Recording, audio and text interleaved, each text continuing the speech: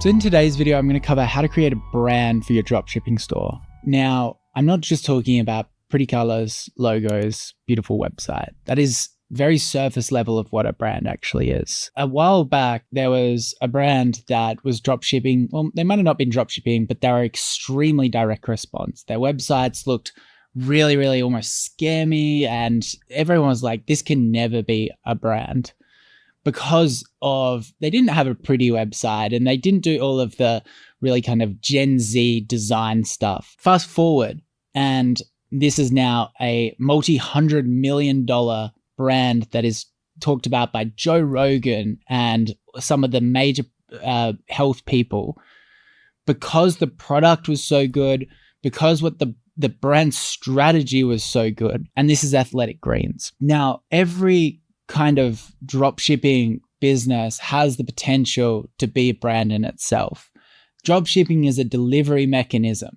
It's not a death sentence for brands, because I've even bought from Apple. I bought some headphones recently and they dropshipped it from China. The reason why that dropshipping products sometimes don't become a brand is 1, because the product sucks. 2, they don't stand for anything. And 3, the service is terrible. And we're going to try to mitigate all 3 of those things. But the thing that I wanted to talk about in today's video, it was, what does the actual brand stand for? How are we going to differentiate ourselves from the competitors to stand out in our consumers' minds whenever they need a solution to the product the brand stands for? And this is what a brand really is. Like, there's some really good quotes here. Like, a brand is the set of expectations, memories, stories, and relationships that taken together account for a consumer's decision to choose one product versus the other. So we've got a bunch of competitors for the hoodie that sell a similar product. Granted, less quality because they have to drop ship it and it's too heavy to do that. When a consumer sees the hoodie versus the competitor that has no brand, the hoodie and everything that we do is to create moments of comfort and joy for the consumer. So when then they see all of our supporting assets and everything that we do prior to the purchase, and then they're comparing to buy the competitor versus ours, even if ours is slightly more expensive, they're going to purchase ours because they know that they're going to get a moment of comfort through the product. And that's what a brand is. So there are so many different ways to push your brand. And it doesn't matter what type of product that has, there's probably like 5 very valid ways to brand that product in a different way that probably your competitor hasn't stand for. And it's similar to how I keep talking about positioning. Like, you've got to kind of consider that. Now, a lot of kind of people that are familiar with dropshipping will be like, oh, I'm going to skip this video. I don't need this video. Let me tell you why branding is important, like from a performance point of view. The first thing a brand is going to do is going to get you cheaper acquisition. And I can hear a lot of people that are very experienced saying like, no, branding is going to be limiting. I want to be able to make any ad that converts. It's not true. Like, you look at all of the people drop shipping a teeth whitening product at the moment and look at their CPA, their cost of acquisition, versus someone like HiSmile that has a brand. I can guarantee you HiSmile is better. They're spending way more. They're going to do $1 billion of revenue, hopefully. They're crushing it. So that's what a brand can do. The second thing a brand can do is it gives you a lot of direction in what secondary products you should be launching under the brand. Because if you're selling, alpaca socks, and if we're going to push the alpaca socks in the branding direction of hiking, it's not going to make any sense if we brought out some like running shoes or something like that. Whereas if we pushed it down the branding route of looking after the feet or something like that, like chiropractic, scientific, foot health, then suddenly a shoe does make sense. And this is, the brand needs to be kind of defined so that you can do that, because what we're doing with that secondary product is we're leveraging the emotional connection that we've already created with the first consumer, with their first purchase, with the first product, and then leveraging in that for the second one. So the final reason is word of mouth referral. And a lot of people ask me, why Oodie was so successful. And part of the reason was because the brand was creating so much joy in people that they were telling their friends about it. So I could acquire one customer and they would tell maybe 0.2, 0.3 extra customers. I don't have the actual facts, but that's what I think was happening. And I think that that's a really good reason. So if you're a drop shipper that just doesn't ever want to understand about brand, you're going to be limited. As I grow older and wanting to hit new heights, I realized that kind of brand is the only thing. Brand is the only true moat in e-commerce. Systems, processes, patents, trademarks, all of this kind of stuff, they are just kind of finite. And Warren Buffett is one of the best people about that talks about this, and he will only invest in something that has a really, really strong brand and a really strong leader. So if it's good enough for Warren, it's good enough for me. I remember chatting to Simon Beard, who's created an incredible brand. He's one of my friends, Culture Kings. He exited for 600 million. He said, a brand is earned in drips and lost in buckets. And I think that really reinforces the requirement to have consistency amongst the brand. So how do we get consistency? Well, first we need to define it. And this is what I'm going to teach you today. I'm going to give you a free template. Join the Discord or head to millionaires.com to check out this template and download it. And yeah, we can kind of go through all of these things. Now, this is the template. It might be on a different format. It's on Figma right now. I don't know how easy that is for everybody to use, but this is my creative director at Udi created this for us. She's incredible and knows her stuff. So what we want to create here is a branding deck.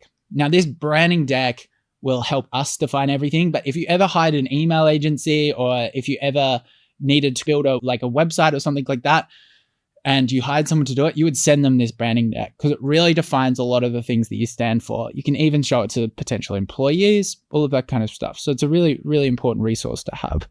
So we're just going to add our brand name here. So next we've got this brand overview, which I'm actually going to do last. I'm going to leave that one here. And I'm going to go across this brand strategy because I think this is a great place to start. So we're going to fill in the answer to these questions. Now, if you're new to branding, this is going to feel really overwhelming. If you're not a creative person, it's going to feel really overwhelming and you're just going to have no idea what to kind of write here. But that's where ChatGPT and a couple of hacks that I'm going to show you today come in real handy. So the purpose, what's the greater good behind your work? So we're selling alpaca socks at the moment for the cold, for traders, for potentially hikers. I don't know the exact positioning that's going to work the best. When we create Facebook creators and create landing pages, I do want it to be relatively versatile in these early stages within building this brand, so that I'm not limiting myself when I find the right avatar and I find the right positioning for my brand. Some people, like a little bit more experienced people or someone that's more branding orientated, will set this at the start, know exactly what the openings are in the market and smash it from a branding perspective, and will not stop until they get it right. Think of Steve Jobs. He was like, everyone was like, nobody's going to buy a $1,500 phone. Nobody's going to buy a computer like this. It looks weird. It's a closed ecosystem. This is never going to work. And it didn't for so long. It was absolutely getting hammered. And so many people were constantly saying that they needed to sacrifice a lot of their brand values. He would absolutely not do that. He was so religious and dogmatic and pushing it forward with that branding, and it obviously paid off. You are not Steve Jobs. At this stage, you want to keep your branding versatile and you want to define a few core principles and at least start this. But then when you get a winning creative that might be for mums rather than for young Gen Z, suddenly that might shift a lot of the stuff that you're doing. But we can at least start making some assumptions. So what's the greater good behind your work? So we want to create extremely comfortable and technical textiles. See how that's versatile? I can go into sportswear. I can go into more different types of socks. Very, very different. So vision, what will your brand look like in 5 to 10 years time? A multi-category e-com store with lots of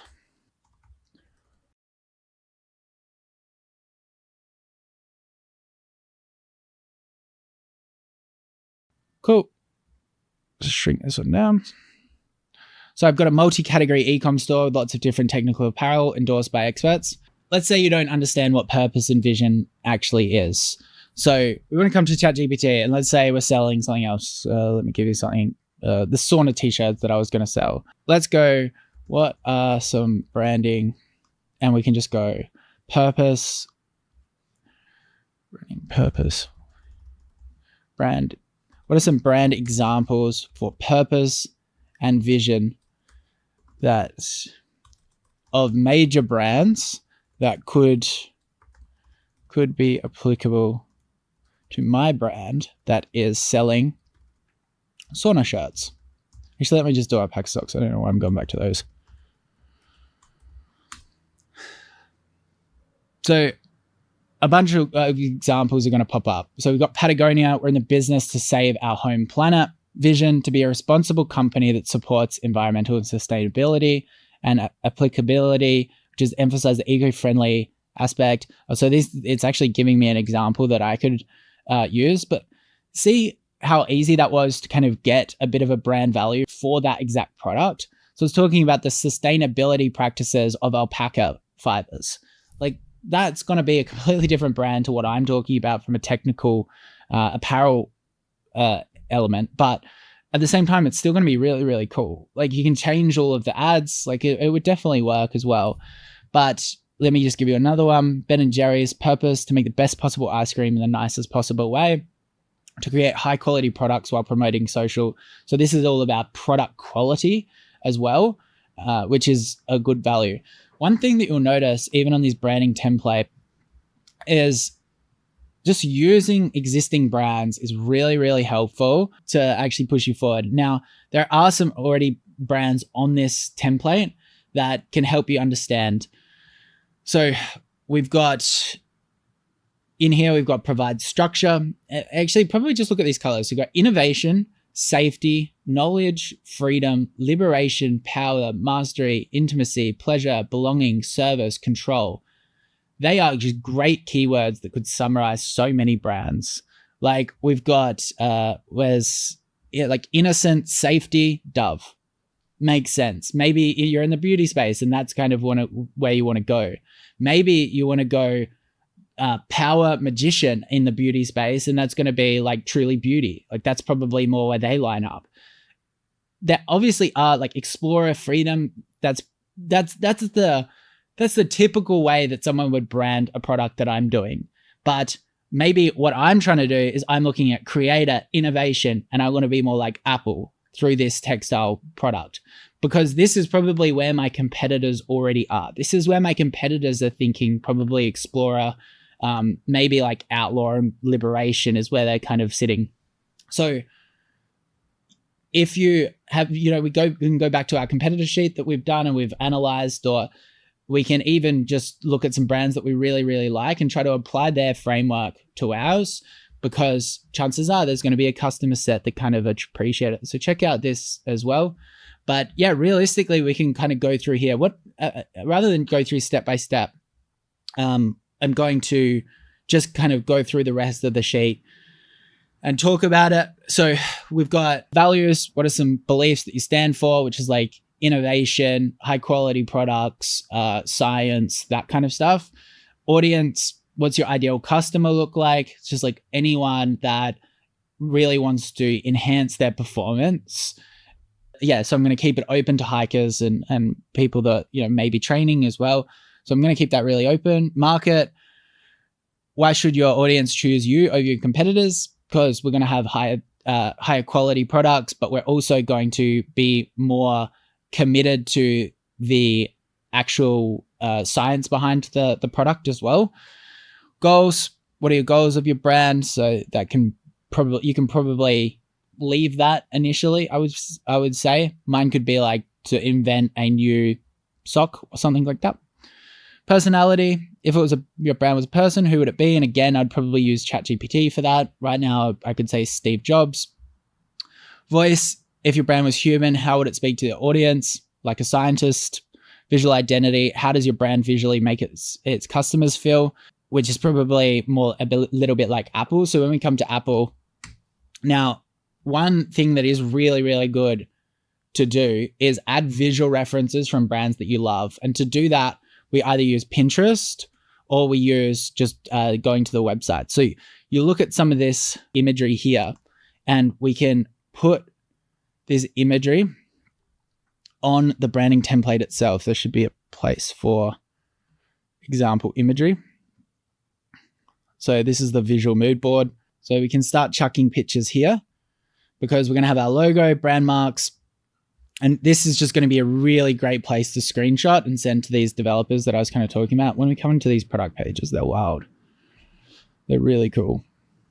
Like this. So cool. So just screenshotting some imagery here.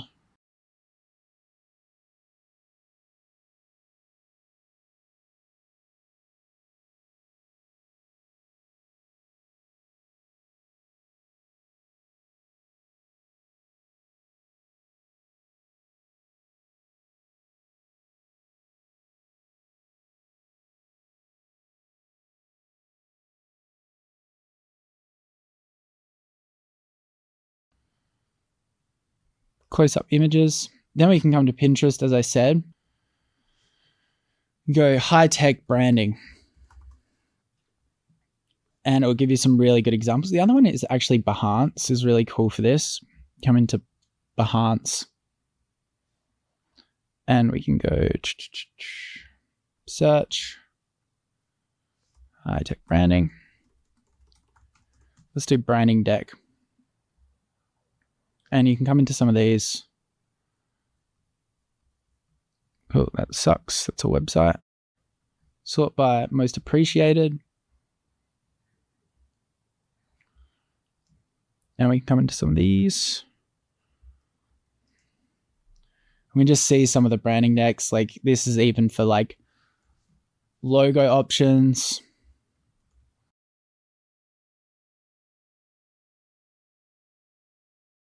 Let me do technology, product, imagery.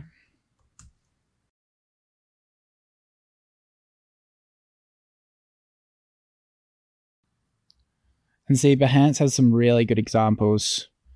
So like even this is really cool.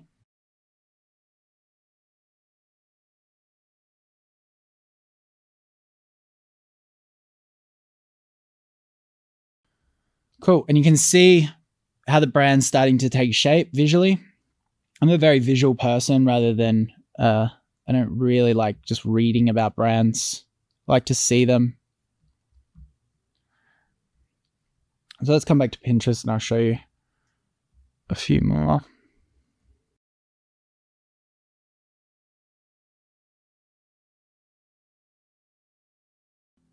As you can see here, AI monitoring. You do high tech, technology logo. See if that comes up with anything cool. Get rid of apparel.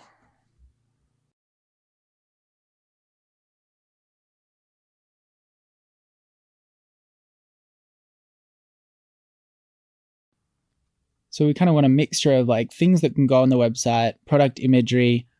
The other thing that we want is lifestyle shots. So, because lifestyle shots are such an integral part, like if we come to the Oodie, they're such an integral part of most people's branding. So we're actually quite branded nowadays, but let me find some examples. So like these are more lifestyle shots. Let me get one that will have more lifestyle shots.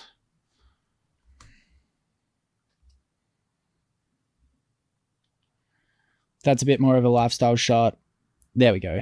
So like this kind of stuff is really, really important as well.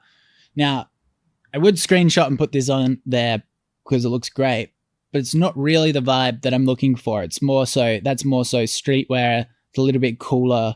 It's a little bit too lifestyle. So probably don't want to grab that. But we can find a few more lifestyle.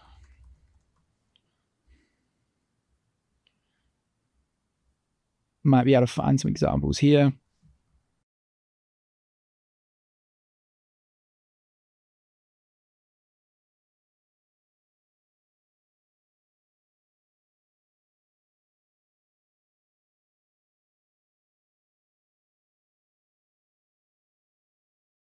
So it's a bit too vintage for me.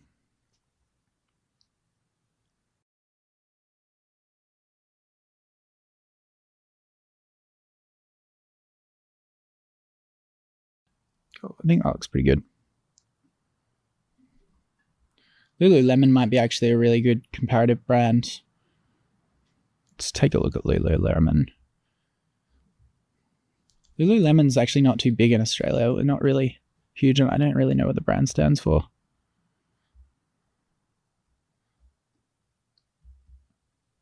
Looks pretty cool. Very clean. Minimalist. But yeah, realistically, let me just check. I think I'll keep walking you through certain things, just how to use the sheet so you guys can keep filling it out. Brand purpose. Brand purpose is like, why does your brand need to exist? And brand strategy is kind of like how you're going to achieve it, if that makes sense. So you can fill that one out, and there's no next explanation needed there. That's very similar to the other one. We got action verbs here, which is really kind of similar to what I was talking about before with the archetypes, like the types of brands that people can be, but also just like how you're going to do it as well. So we're going to connect with people. We're going to teach, those kind of things. And you can start grabbing some of those to good reminders. Purpose statement is kind of similar to what we had before.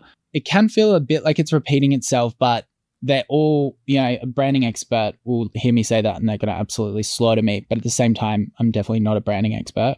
But there are going to be some small differences, and there's no harm in kind of repeating yourself.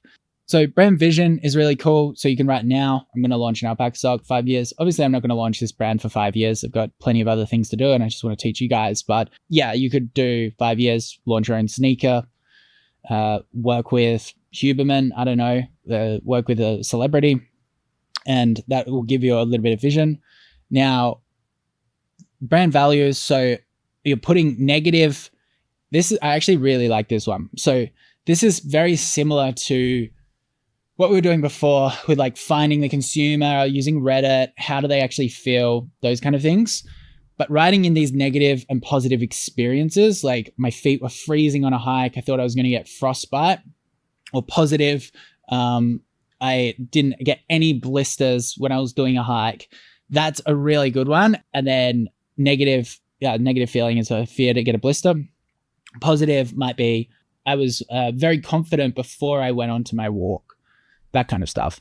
Identifying those feelings and experiences are always going to be worthwhile because you recreate them in ads and you recreate them on landing pages. We've got core values here. This is another, I definitely scroll down to this kind of before you do the sheet. Hopefully I haven't been doing it alongside with me. Apologies if you have, but there's some really good kind of keywords here as well about what the brand can be. And you can just add 3 to 5 there. Tone of voice. Tone of voice is really important. We kind of said it a little bit before, but Alo Yoga, as I said before, is probably a bit more trendy, whereas we might want to be a little bit more professional. Actually, there's professional. Yeah, there's professional there. The competitive landscape, you can do this if you want. There's not too many competitors at this point for this, but you can chuck them in there and then put yourself in to make sure that you are really different to them from a branding perspective. And then we got target persona. We can have a play with this about what type of customer is. I think this is all getting a little bit too granular when you're first starting now, simply because the persona really may change the customer. And then we've got audiences. I think that you can probably leave that as well. We're just going to do broad targeting. We're going to test a bunch of creatives. And then we get to this visual mood board, which I'm going to keep filling out because next up, we're going to make our logo and we're going to get started on the design element. Logos are incredibly important for successful businesses, but for startups, they're just another step that we need to do quite quickly. We shouldn't get sued doing it. And then we want to keep it versatile, similar to just names in general, because we just don't know if this is going to work. So we don't want to waste too much time doing it. But overall, just so you understand, logos are incredibly important for successful businesses because they really embody the emotion that you're trying to portray through your brand. For example, the Amazon logo, it's A to Z, and it's also got a smile underneath, which represents the fact that they stock everything from A to Z, and their main focus is to create satisfaction for their customers and make them happy. Then you've got the Adidas and Nike logos that may look different to each other, but they're both, the Adidas logo is slightly slanted. The swoosh represents movement. This is a sports brand. So you can see as these brands become bigger, they really do embody the meaning of their logo. But at the same time, the Nike logo was drawn just by a graphic designer, $10 in the early stages. So we do want to keep it quite lean and dirty at the start. But there's going to be two methods that I show you. Now, one of them is completely free, and one of them is going to cost a little bit of money. I probably prefer the one that costs just a little bit of money because it's so quick and so easy, and it probably saves me a bit of time. But if you have creative skills and understand a bit of creativity, and maybe you've done some graphic design in school or something, just use the free method. So the first method that we're going to use, so we've got our branding document here, which is actually a really good place to start with kind of how the logo should make us feel, what it should embody. Because we've already defined that with this brand, we want to do a little bit more tech orientated kind of performance apparel. So that refines it. And we've even got a couple of examples here. So I'm just going to go into this tool. So it's called Looker, and it's getting better and better with all the AI advancements. And we can just go peak textile.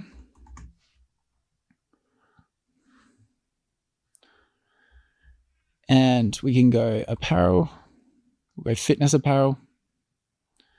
And you can just select a couple of logos that we like. Now, it's worth going through a bit of logo theory. So we've got the logo mark here, and then we've got the type font here. So we've got two components of a logo.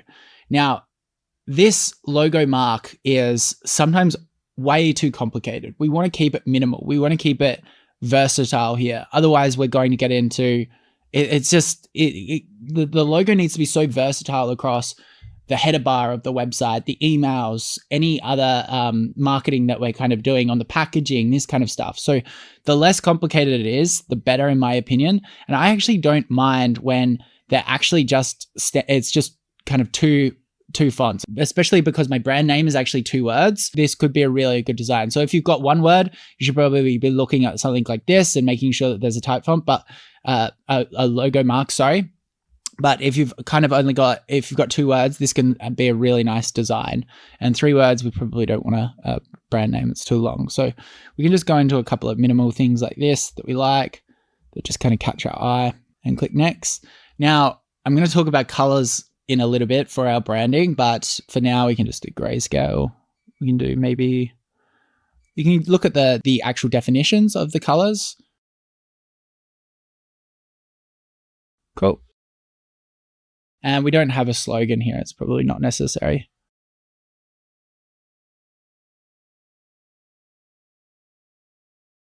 Cool. Select a few things here, and it's going to pump out a few logos.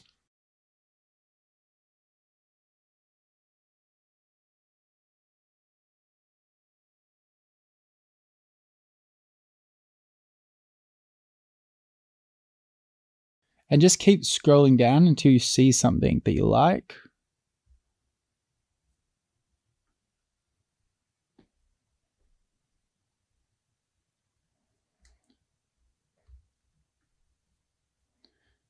And favorite them.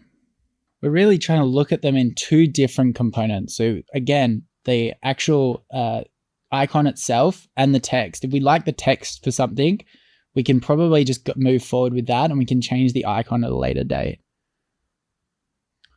Cool. So I've got a couple of logos that I like. We can go to your logos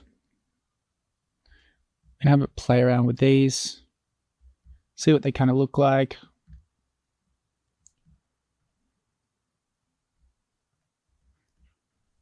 So it actually looks pretty good.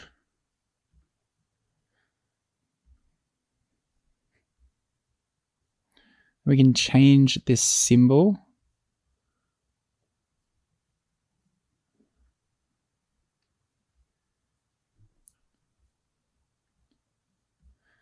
Now, again, we're kind of looking for certain elements within our branding that, we talked about before, like these kind of keywords, these key action verbs could definitely kind of lean us towards a certain movement or a certain way that people feel that we can try to get within our symbol. So like if we were going to do a waterproof product, that might make sense.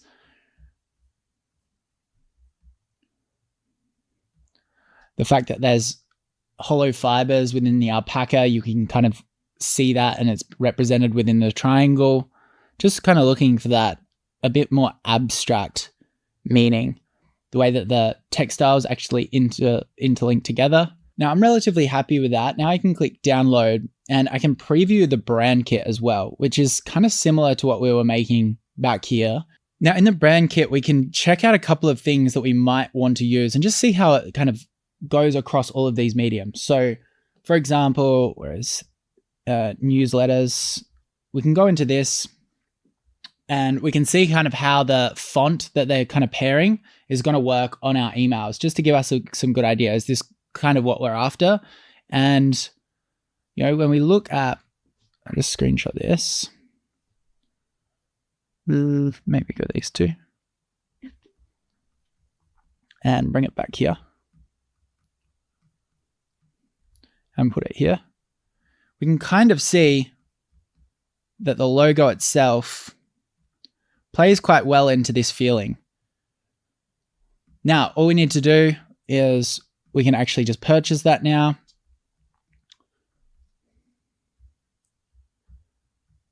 And you can download just the logo package if you don't need the brand kit. Probably I'm just going to do that because I'm going to customize all of the other stuff at a later date. So we probably want the multiple formats. I can go through and purchase this. But for those people that are working on a huge budget, let's go through and show you the other tool that you can kind of set up. So we can go to Canva, which is going to be your best friend going forward. So we can just sign up for a free trial to Canva. So now we're in Canva. All we need to do is create a design and go logo. One mistake that I often see people make, and it's probably the same with Looker, that you just might want to consider is if you use any of these elements, and Looker, the public information that they say is they can't give legal advice, but I assume that they are in a similar situation where to try to trademark just this diamond or this text in itself, they already own it. Someone else has created that. So it's going to be a little bit difficult to get those unique elements trademarked. Now, the combination of it all and the actual word mark might be trademarkable.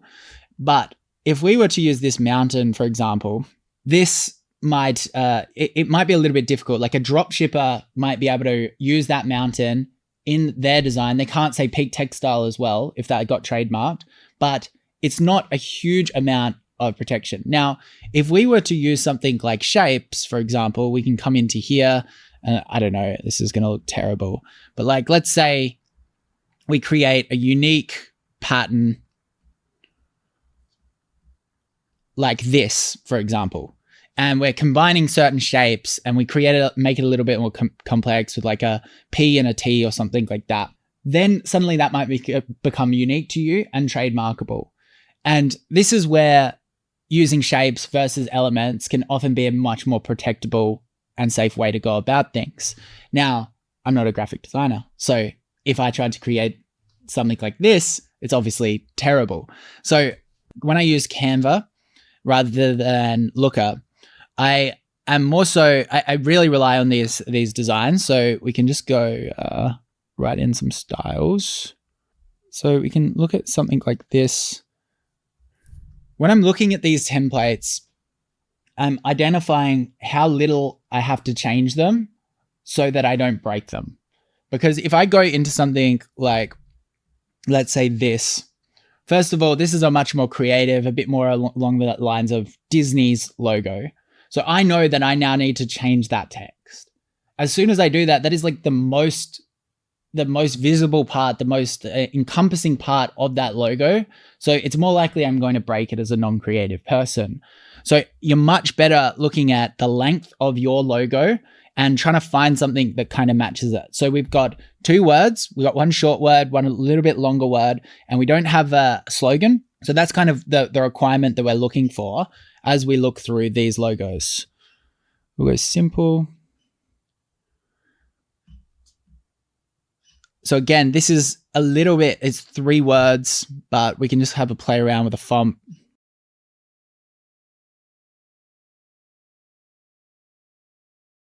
So it's a little bit too minimal for me. Cool. These are all too simple. So we'll go to other templates. Try fitness. They're probably going to be too gym bro. Cool. Let's go innovative. Cool. Let's get rid of them all together and have a look through some of these. They look good. This will be a little bit interesting. So let's try Canva Pro so we can access some of these ones. Obviously, you can keep Canva free and use it without upgrading. So it is still a free method for you, but I just want to test this one because it looks a bit better. Cool. So again, I had to change way too much and kind of broke it. It's also not that aligned with our brand. I'm just going to keep going through here. See, one thing that you can do is, let's say I wanted this to be my mark, and come over back to here, and you'll see that we have the brand marks, but then we can also have the logo itself. And you can see how those two interact. Now, I think they're way too different. I think that you'd be better off doing something like this for the top mark and just closing that gap. But again, I think I'm just changing too much. We're going to find the perfect one by being patient. I might show you guys how to hire a graphic designer as well if you guys want to really excel with the branding piece and the design piece. Could try this.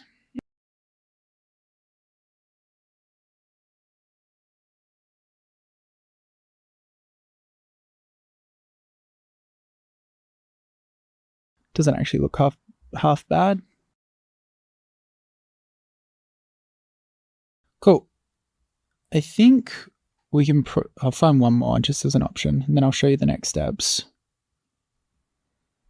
Let's try text logo. This is pretty minimal. Let's try something like this.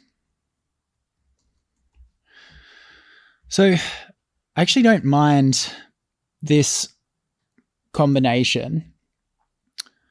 It's a little bit like skater, a little bit more earthy, but I think it looks pretty cool. We'll just change the colors and see what it looks like. Look, we've kind of got 3 options there, but let me show you the next steps of what we need to do to make sure that it's conducive with the rest of the design. Now, the rest of the design, what I mean by that is like everything else you see on the website. So let's say, for example, we want to use this, this logo. We also want to understand the pairing fonts that we're going to use with it, and also the color palette. So let's go into a new page, and we can come into Canva's tool here and go into font combinations. Now we can look at this font, Archivo, just to make sure that it's kind of pairing. We're trying to find a header text and header to text, and maybe a tertiary text as well. These are all pretty crazy. So what I'm going to do is I'm just going to write Proxima, because we got Proxima Nova. And I'm always pretty happy with that font. It's available on Shopify. But we can just go here and do font pairings as well. The Canva ones weren't that good. And we can just go to this one. I can click through, and it's going to give us a bunch of options. Go more pairs, scroll down. So this is a decent one. We're just trying to find one that matches the brand. Like that looks pretty good. Honestly, that looks pretty cool as well. So we can just grab these fonts. Actually, I don't like this secondary font. That's going to be where the most, it's not a head 2, sorry, it's a paragraph. So let's just change this one because we want it to be really simple to read, because this is going to be the main one across the product descriptions, all of that kind of stuff. Let's try this. Cool, so something like that looks pretty good. Worst case, we can just use both Proxima Nova because it's available on Shopify. But you can just start to define your brand a little bit more. So we've kind of got our typeface there. Now all we need to do is get our color palettes. Now there's a few ways we can do this. Again, back to good old Pinterest. So we can write in innovative color palette. We can have a look at some of these examples. They're all a little bit colorful for me. Something like that is actually pretty cool. Just put this into Canva, chuck it here just so I have reference. But when I come back to here and looking at all of these example boards, they're much more monotone. So I kind of want one that's a little bit more gray. The final free tool, sorry, I'm jumping around a bit, aren't I? But is this colors, it's pretty good. Super easy to use. And we can just generate. So all we need to do is click through space and change them. I believe there's a way that you can change one color as well and then the rest. So what I'm going to do here is change this one. Nah. Let's keep clicking through and find something. So one of the problems with sometimes with these colors is you don't have one a variation where white text will work on it. You need both. You need a color where white text will work on it and black text will work on it. So like you can see white text would work on none of these colors, which is like problematic. So we want to keep clicking through. Sweet. I'm going to go gray color palette in Pinterest. Try to find, see, I mean, this is pretty cool. Actually quite like this. So let's grab this one and pull this over and decide between the two. I'm probably going to go more so this color palette. So let's say we want to edit this and save all of these colors and get the hex code. We come into brand and we can come into here and we click edit. We click the plus to add the colors and we simply click there. Now we've got the hex code. We can save that color as well. We can save all of the colors that we like. Whoops, I already grabbed that one, didn't I? Oh, I know, they're just very similar. We probably don't even need that secondary color, to be honest. We'll probably only need these three. Cool, I think that's fine. I just don't like flush black. We always just want it to be a little bit like that. And then I can save that. Now we've kind of got our color palettes here, which are very easily editable. So I can even change this logo if I wanted to. I can change the color here to our brand colors. This is going to look bad, but I'll just show you how it looks. And we can just kind of change it like that. We can even pull this across once we've finalized it, which I'm not 100% sure which one I'll go for, but something like this, and save across the colors as well. Now, one other good habit to get into is just grabbing this code and going like this. God, anyone that's very, very good at Canva would be doing that, pulling out their hair, but I hope they're not watching this module because it's a waste of their time. But we can also go. Now, we can just apply all of these colors to it so that we know that wasn't that color, was it? It was more that one. Cool, so that one. And then this one as well.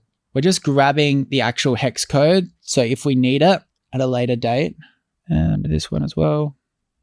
I'm just double clicking on that just to grab it, and we can just copy and paste these across. You get the idea. You just really want to make sure that you have the colors very easy to grab